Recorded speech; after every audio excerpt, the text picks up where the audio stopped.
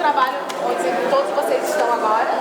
E, enfim, é super importante para a exposição que a gente possa ter um ninho, um casulo, enfim, que a exposição lida exatamente com a ideia do abrigo, né, da casa, né, do direito a ter uma casa, moradia. E para isso a gente poder ter na exposição a experiência, né, do conforto do ninho é absolutamente fundamental.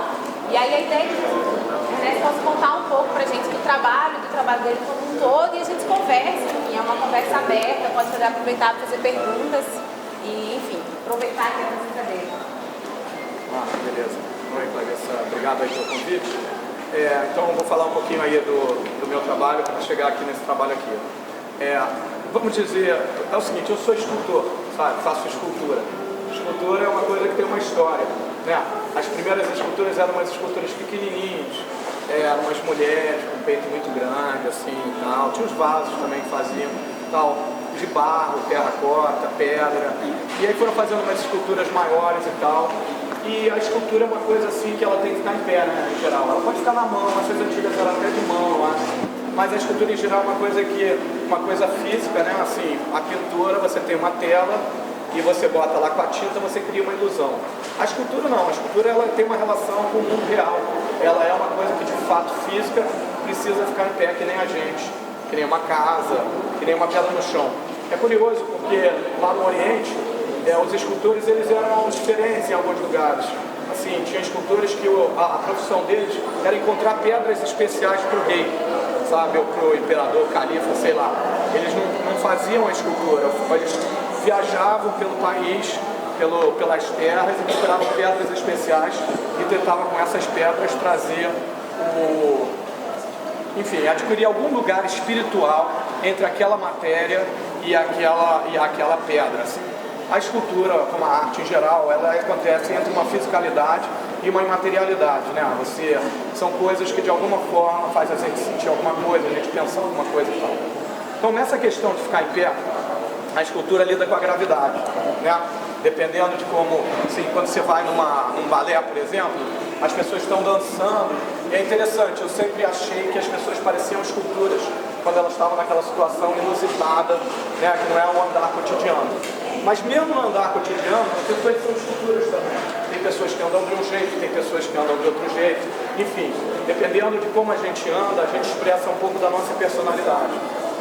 Nessa questão da gravidade, eu comecei a ficar pensando, por que não... Quer dizer, além da gravidade, eu gostava de fazer escultura com tecido, sabe? O tecido é uma coisa levinha, você estica ele adquire, ele tem uma plasticidade enorme, ele se expressa a si mesmo, a tensão dele. Eu gostava de fazer esculturas em estado de tensão.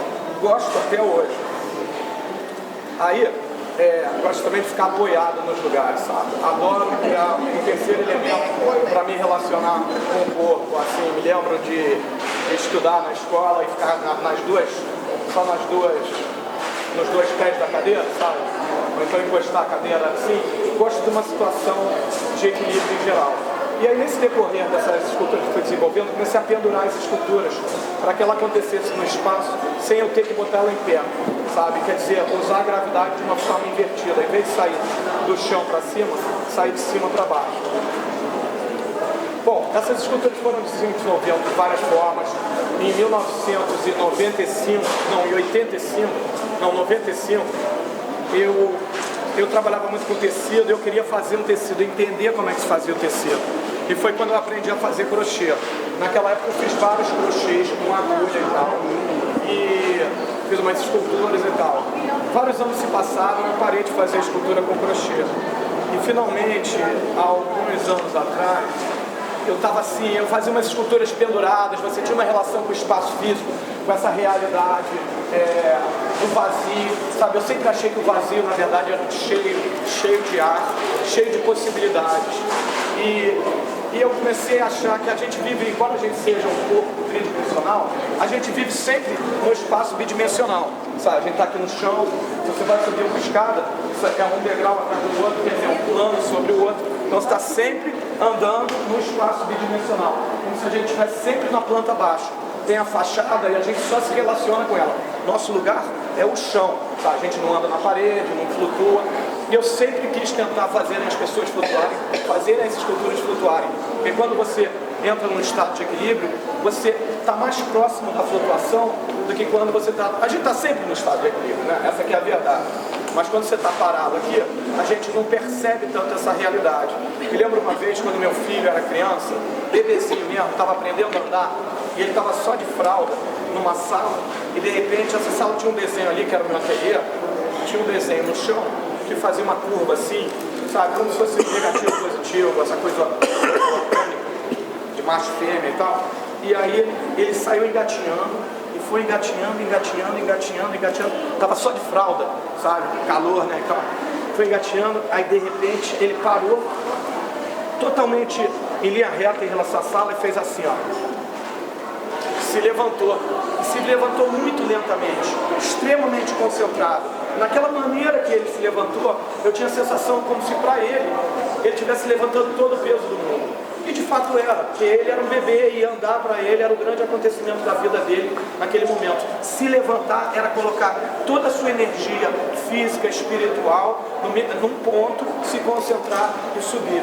Então a escultura tem essa questão do equilíbrio. E nessa questão da onde a gente está, no espaço que a gente está, eu comecei a realmente querer que as pessoas ocupassem um outro espaço. Então, finalmente, eu não sabia como, eu queria fazer uma rede que as pessoas...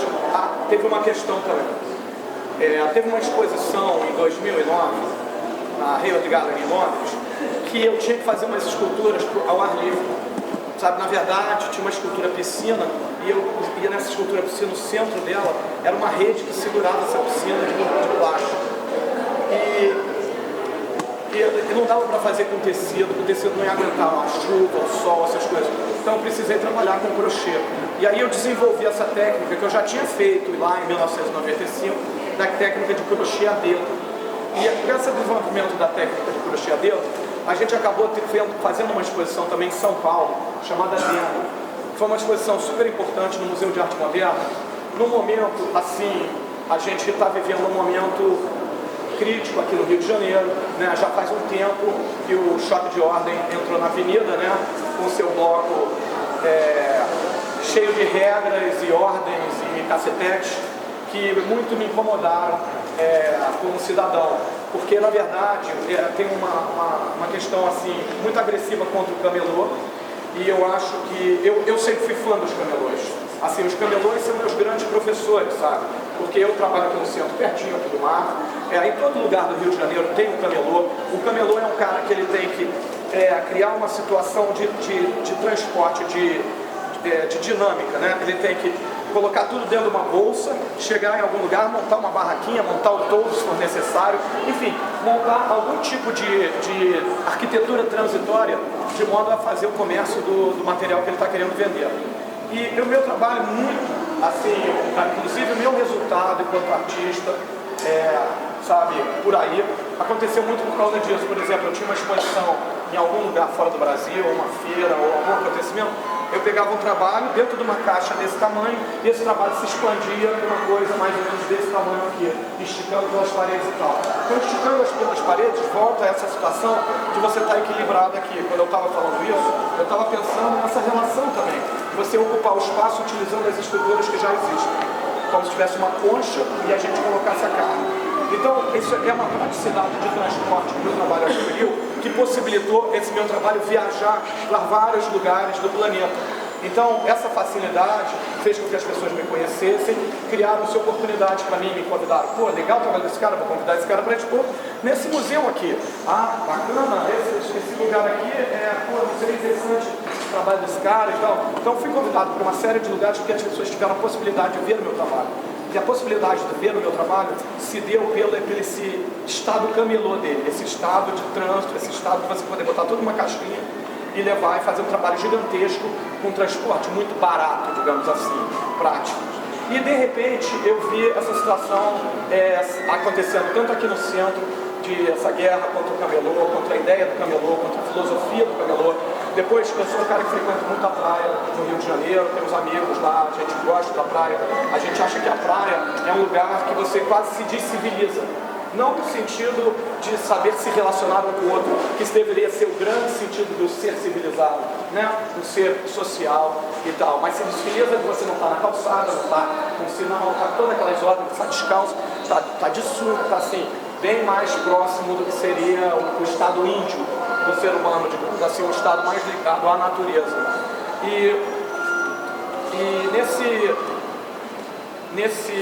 E lá o choque de ordem chegou finalmente à praia, e realmente tem uma série de coisas que aconteceram, das quais, por exemplo, o queijo coalho foi proibido. Eu acho que o queijo coalho é uma delícia. Eu me lembro quando o queijo coalho chegou à praia, que felicidade que foi para a cidade inteira. Todo mundo, pô, que incrível esse queijo coalho e tal, vindo lá do Nordeste, uma cultura nordestina que chegou ao Rio de Janeiro. E o queijo coalho você não pode comer. Eu tenho filhos, meus filhos comem Cheetos, Doritos, todos esses produtos industriais cheios de transgênicos e sei lá o que, corantes e coisas assim muito piores do que tem dentro do queijo coalho. Então o que me diziam? O queijo coalho faz mal. Não tem o selo de qualidade do Ministério da Cultura. Do Ministério da Cultura. Eu acho que não tem selo de qualidade do Ministério da Cultura, porque eu acho que o queijo coalho deveria ter um selo de qualidade para permitir ele estar lá, porque ele é muito mais saudável que os Cheetos, mas o que acontece é o seguinte, tem a questão do coco também. Na praia lá, eles quando os quiosques novos, você não pode abrir o coco na machadinha. Para mim, abrir o coco na machadinha é um balé, quando o cara chega e faz tum, tum, tum. Eu acho de uma inteligência incrível, e foi uma coisa que aconteceu, não sei como, mas quando eu era criança, não se abria o coco assim, se abria tirando lasca. Esses 3 golpes na machadinha foi uma novidade. Esses 3 golpes faz você ver aquela água, aqueles pedaços de coco dançando. Você pode abrir o coco depois no final. Em algum momento, no final do governo César Maia, foi quando lançaram os quiosques novos, foi proibido abrir o coco assim. Eu me lembro de ter tomado um coco perto da minha casa, no Leme, e a vendedora que tinha acabado de mudar de um quiosque para época, eu comecei a conversar com ela, e ela disse, na verdade eles queriam empacotar o coco. E esse empacotar o coco, na verdade, é o que eles continuam querendo. O objetivo que tem hoje em dia de você não ver a árvore, de não poder rachar, é ficar você cada vez mais distante da fruta coco, até que um dia você não tenha culturalmente a necessidade, o desejo daquela fruta, e você possa tomar na caixa, e aí finalmente as empresas Evian, Ambev, Nestlé, McDonald's, Coca-Cola, todas elas vão ter a sua água de coco e vão vender lá a água de coco. E quando você toma água de coco, você deixa de tomar uma cerveja, uma água mineral, uma refrigerante, Coca-Cola, exatamente. Você deixa de tomar um produto industrializado, quer dizer, você toma um produto relativamente artesanal. Você tira o coco lá, leva o coco para vender e vende. A mesma coisa é o queijo coalho. Então, a mesma coisa é o camarão frito. Então, existe um objetivo claro do choque de ordem e toda essa política que está dominando a cidade, está gerando uma combustão enorme, né? Todo mundo está sabendo. Uma política a favor da indústria e contra o cidadão, contra a iniciativa do cidadão. Eu me lembro uma vez na praia, sabe, eu vou sair da praia rapidinho, tá? Só mais essa aqui fora da praia. Mas a praia do Arcoador, ela tem uma coisa que ela é cíclica, a areia some. E eu me lembro no momento que a areia tinha sumido e a areia já tinha voltado de novo, e tinha umas escadas no Arcoador de sacos de areia maravilhosas. Assim, a primeira vez que eu vi aquelas escadas, eu disse, cara, que coisa linda, que coisa maravilhosa. E eu ficava emocionado com aquelas escadas, porque basicamente o meu trabalho é uma coisa muito simples, há muitos anos, sabe? É um saco, aqui tem uma boca, tá vendo? É um saco cheio de conteúdo, é uma pele com conteúdo dentro. Antes de eu fazer essas esculturas, eu fazia umas esculturas com placas de ferro equilibradas e tal. O que aconteceu comigo foi que eu quis fazer esculturas que se parecessem mais com a pele, com a carne. Eu queria fazer uma coisa que a gente pudesse pegar e sentir como se fosse a carne. Eu queria sair de um projeto construtivo brasileiro, onde você estava ligado num espaço arquitetônico, para um projeto biológico, para um projeto genético, para um projeto bioconstrutivo, qualquer coisa do gênero, onde você pensasse o processo de construção das coisas, mas num processo orgânico. Então, o que aconteceu comigo foi de acontecer a situação. Tem um trabalho muito antigo, que é uma meia. Eu tirei a meia do meu sapato, eu tinha umas bolinhas de chumbo. Eu fiquei 6 meses para encontrar uma pele adequada, e finalmente eu tive essa ideia da meia, peguei as bolinhas, botei na meia e fiquei jogando no chão. À medida que ela caía no chão, ela se comportava de uma forma diferente. Então era uma escultura que ela não existia. Essa aqui é uma escultura que ela existe mais ou menos assim. Ela vai ser sempre assim. Essa não. Essa você jogava e ela ia adquirindo a forma dela, o resultado, a identidade dela, a partir da relação sua com ela, com o chão, enfim, essa relação de trânsito de estado. Mas basicamente o que aconteceu é que no decorrer dos anos, essa escultura que eu estou falando para vocês é de 1988, então fazem quase 25 anos, quer dizer, uma coisa assim. Mas basicamente a gente tem uma estrutura que é uma pele com conteúdo dentro. Pode ser essas bolas de plástico, pode ser bola de isopor, pode ser chumbo e bolinha de chumbo, pode ser cal, pode ser especiarias tipo cravo, cominho, uma série de outras coisas. Mas basicamente você tem uma boca e um processo de alimentação para realizar aquele trabalho. Nesse dia eu estava na praia e essas escadas, que também são feitas nesse processo, são sacos de areia, sabe? É exatamente, assim, intelectualmente é o mesmo processo. Você tem uma pele e tem um conteúdo dentro. Então, essas escadas foram proibidas e fizeram mais uma rampa na quadra que não tinha, em frente àquele hotel lá. A gente ia praia mais ou menos aqui, a rampa era aqui, a gente começou a ter que descer essa rampa. Só que num determinado momento, quando a areia voltou, depois de já ter, não podia mais escada, muitas brigas com o choque de ordem, aquele choque de ordem não queria pouco na praia, voltou a liberar um pouco na praia. Caipirinha, eles queriam que os caras só vendessem caipirinha lá. Os próprios vendedores, que são basicamente camelôs oficializados, né? É interessante, todo o sistema de alimentação, todo o sistema de irrigação e drenagem, quer dizer, colocar alimentos e bebidas na praia e retirar alimentos e bebidas na praia, toda essa logística foi inventada pelos cidadãos, sabe, pelos camelôs, pela sociedade. Então tem o caminhão que recebe os caras, recebe as cervejas que não foram vendidas, o caminhão traz cerveja, o cara que traz o gelo, tem toda uma logística para aquela cerveja ou para aquela Coca-Cola chegar na tua mão para você praiano que está lá na praia. Isso aconteceu numa relação da cultura popular, do camelô, com o frequentador da praia, sem a intermediação do Estado. Depois o Estado quis aparecer para organizar isso com a sua brutalidade costumeira, né? Com a falta de diálogo e tal. Essa é a minha opinião. Outras pessoas podem ter opinião diferente. O momento que... Então, nesse momento, desse dia que eu fui à praia, foi um dia especial na minha vida, que eu estava montando a exposição Bianco. Eu consegui vir de São Paulo para o Rio, passar um domingo, eu tinha vontade de viagem de algum lugar direto para São Paulo. Estava numa trabalheira danada, fazendo um crochê dificílimo, que a gente nunca tinha feito na vida, que é fazer um teto de crochê. Eu consegui voltar para o Rio, para passar um dia no Rio e voltar para São Paulo no dia seguinte. Nesse dia eu cheguei na praia, e a rampa estava aqui, só que a rampa não chegava até a areia. A rampa morria a essa altura. Então, o que tinha depois da rampa? A escadinha de sacos de areia novamente, que os vendedores de cerveja montaram lá para as pessoas poderem descer para a praia. Nesse momento, o choque de ordem não tirou aquela escadinha, porque o choque de ordem e a prefeitura e o Estado, enfim, e aquela galera toda que a gente vota, né? Que a gente vota,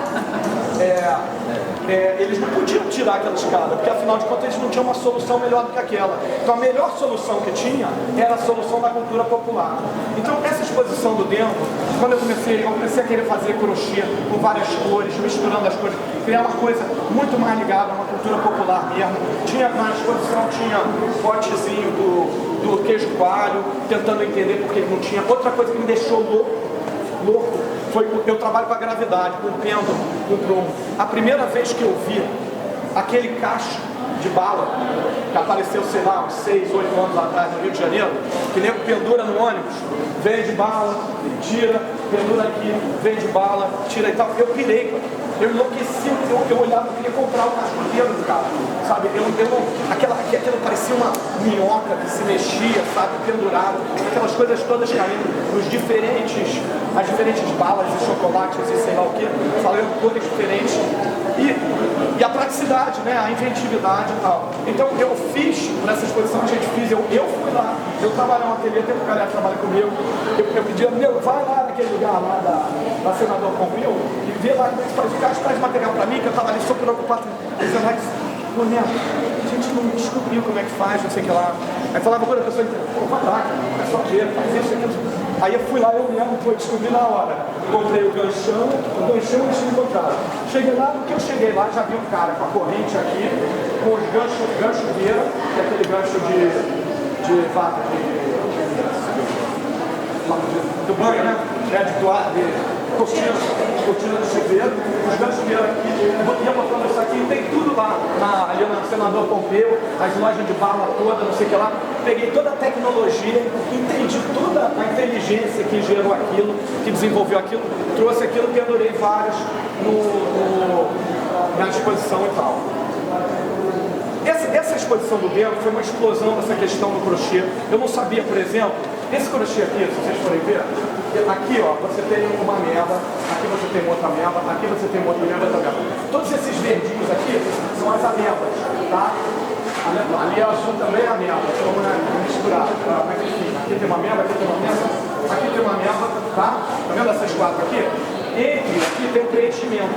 Aqui ó, entre esses aqui tem outro preenchimento, aqui tem outro preenchimento, aqui tem outro preenchimento. Então, o que aconteceu? O crochê é uma coisa muito simples. O crochê é isso aqui, ó. Você começa de um ponto, eu acho incrível o crochê, sabe?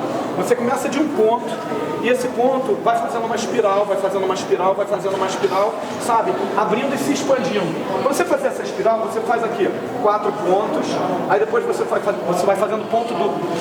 Se você tiver um círculo desse tamanho, é matemática isso, sabe? É super matemática, super simples. Tem um círculo aqui de 10 pontos. Se você ficar dando 10 pontos, você vai fazer um tubo. Entendeu? Para você fazer um círculo maior do que esse, o que você precisa? De mais pontos. Então você começa ali pequenininho, vai fazendo ponto duplo, vai fazendo ponto sobre o mesmo ponto. E quando você vai fazendo ponto sobre o mesmo ponto, você vai expandindo, vai fazendo o círculo de fora. Se você quer diminuir, você vai comendo ponto. Você vai comendo ponto, você vai diminuindo. É isso, sabe, a ideia. Então, o que a gente chama de ameba aqui, que seriam células, que mais uma vez a gente tem um reconhecimento e uma ideia de um pensamento do tecido celular, de como constituir, e para simplificar a praticidade, a gente fica lá uma galera fazendo rodela de crochê, aí tem rodela desse tamanho, depende do que a gente quiser fazer, para quem quiser usar e tal. Depois a gente pega essas rodelas todas, bota elas juntas no espaço que a gente quer, de acordo com o desenho que a gente quer, conecta elas uma com a outra com o lacre, sabe aquele lacre, aquela coisinha de plástico? Conecta com o lacre e estica para fora. No que a gente estica para fora, a gente prende e aparecem esses buracos aqui. Esse buraco aqui, esse buraco aqui, esse buraco aqui. Essa peça ela não está esticada como losango aqui, ela vai estar arredondada, está no chão. E aí a gente preenche esses vazios. Só que quando eu estava lá em São Paulo fazendo isso, tentando fazer uma coisa gigantesca, a gente não sabia fazer. A gente sabia que tinha que preencher, mas não tinha tido essa ideia.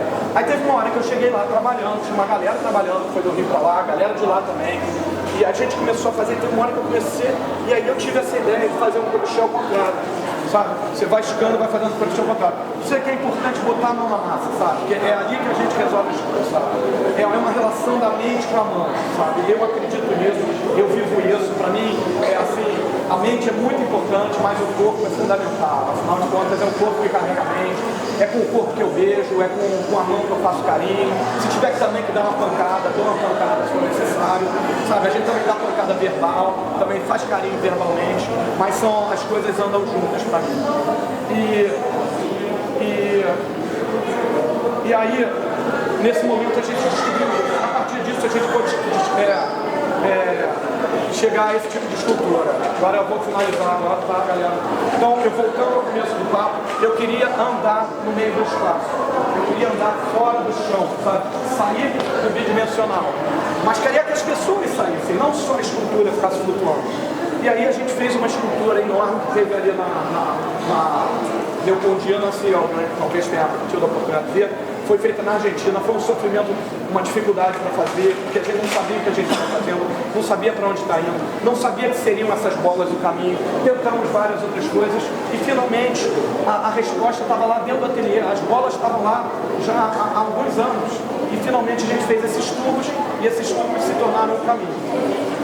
A partir desse trabalho, surgiram outros trabalhos menores e fazendo esses trabalhos, para entender o assunto, eu fiz uma peça menor, para entender o que eu tinha que fazer uns ninhos e tal, para entender. Porque esse trabalho ele foi feito a posteriori de algumas coisas, mas a base do trabalho é tudo isso aqui, desses trabalhos de uma posteriori.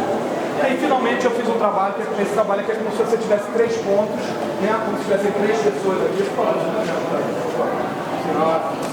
aqui. Chega aqui também. Então vamos fazer aqui só Chega aqui, ó, sem ficar grudado, separado. Tá. Então, basicamente, o que esse trabalho faz é isso. Eu sou o tecido, ó. O trabalho faz isso. Entendeu? O trabalho, ele está fazendo, o tecido está fazendo isso entre esses 3 pontos. Quer dizer, essa brincadeira simples, sabe, de fazer um zigue-zague entre aqui e ali e tal, é o que acontece aqui. Você tem uma pele que faz esse desenho aqui, faz aquele desenho aqui, termina lá. Poderia continuar indefinidamente, sabe? Pode ir até o fim do mundo, sabe? Se tiver algum lugar para pendurar, né? E gente para fazer crochê e tal. Agora só aqui o nome do trabalho, que eu sempre me esqueço, é... Tô ficando cego, galera. Mar revolto é coisa do passado. Mar tranquilo é mar nunca navegado. Quer dizer, eu não vou ficar explicando não, mas tipo é isso. Mar revolto é coisa do passado. Mar tranquilo é mar nunca navegado. Eu fiz essa peça especial para o mar, por isso eu quis usar essas cores mar, e por isso eu queria que o mar tivesse um título, porque eu espero que o mar seja um lugar que a gente consiga navegar e, sabe, que nos leve a vários lugares, que faça a gente pensar em quem a gente é, no que a gente é. Durante anos eu critiquei o Museu Nacional de Belas Artes, porque eu acho que é um museu que não tem expressividade nenhuma na cultura nossa, e deveria ter dinheiro para o Museu Nacional de Belas Artes, deveria ter uma direção de alto nível. Eu acho que a questão da cultura é um problema não só do Ministério da Cultura, mas do Ministério da Fazenda, porque o que gera riqueza é a inteligência, é o pensamento, é a cultura. O que tira o óleo lá da terra é a cultura, sabe? O óleo está lá embaixo há um tempão. Para tirar ele da terra, você precisa de cultura. E a gente sabe que o investimento dos nossos governos, de nós, enquanto cidadãos, né, a gente tem que começar a pedir muito. O investimento em cultura e educação é a base da cultura, né, é muito pouco, é muito ruim. Então é interessante que entra, por isso que eu acho que numa sociedade onde você não tem investimento nisso, o camelô é fundamental.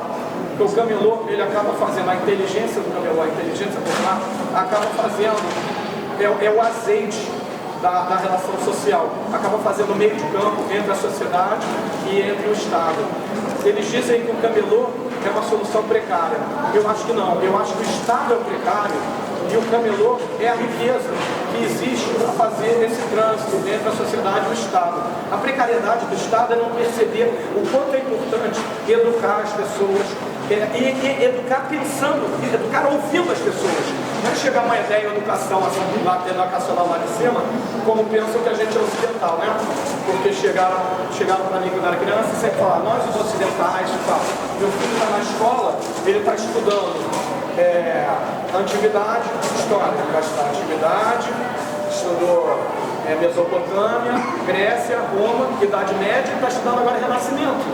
E aí vai entrar na história do Brasil, não sei lá. Agora, ele não vai estudar o índio, com certeza. Ele não vai estudar o africano, com certeza. Se estudar, vai ser por uma questão de cotas e tal. Só que o índio, o africano e o europeu estão dentro de todos nós. Nós somos esse todo. Então, eu acho que educar também tem que ser um educar tentando entender quem a gente é e não quem a gente gostaria de ser. Poxa, os europeus são tão bonitos, branquinhos de olhos azuis. Não. Pode até ser bonito, não estou nem aí. O fato é que a gente tem que estudar quem a gente é, pensar como a gente é. E eu acho assim, então o Museu Nacional de Belas Artes poderia ser um lugar onde a gente entrasse e mostrasse a história. Aí, meu filho, o Rio de Janeiro era assim, o Brasil era assim, tá vendo como a gente estava na época? Por causa disso. Aí veio o modernismo, teve uma relação aqui que aconteceram essas coisas trazendo a brasilidade. Esse neoconcretismo tem uma relação com todo um aspecto de desenvolvimentismo que tinha na época que gerou o concretismo. O neoconcretismo já é acreditava nesse desenvolvimentismo, mas achava que tinha alguma coisa errada, sabe? Que faltava um sujeito, não estava sendo ouvido e tal. Então, eu acho que tem Então, eu vi um pouco disso aqui no mar. Quando eu vim aqui no primeiro dia, fiquei emocionado, embora era muito tumultuado toda essa história, não seja tumultuado aqui, e o que eu acho interessante até esse tumulto, porque eu acho que isso reflete um pouco a nossa cultura de alguma forma, e eu acho que é um momento de celebração, de ter uma oportunidade de pessoas que eu respeito profundamente poderem estar mostrando essa história pra gente de alguma forma. Então, eu espero que esse museu aqui consiga, de alguma forma, nos unir enquanto sociedade, sabe? Fazer a gente dançar com a gente mesmo, a gente se amar, a gente poder se olhar numa pintura, numa escultura e dizer, a gente é assim. Não sei se a gente é dessa cor, ou daquele cabelo, ou usa esse tipo de sapato, tem pena na cabeça e tem olho, sei lá, pintado ou não. O que importa é que a gente é assim, que a gente é muito legal ser assim. Eu amo ser brasileiro e então é isso que eu espero. É isso aí, pessoal. Obrigado.